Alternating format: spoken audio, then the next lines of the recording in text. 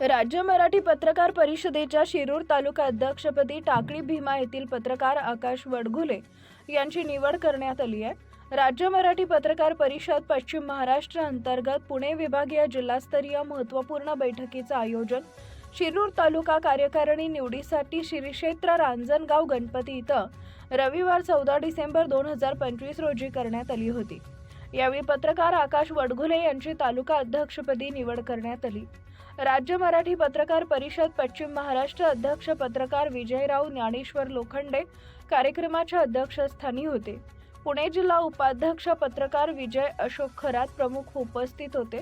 यावेळी झालेल्या पत्रकारांच्या बैठकीत शिरूर तालुका अध्यक्ष एकनाथ थोरात यांची पुणे जिल्हा संपर्क प्रमुखपदी निवड करण्यात आली।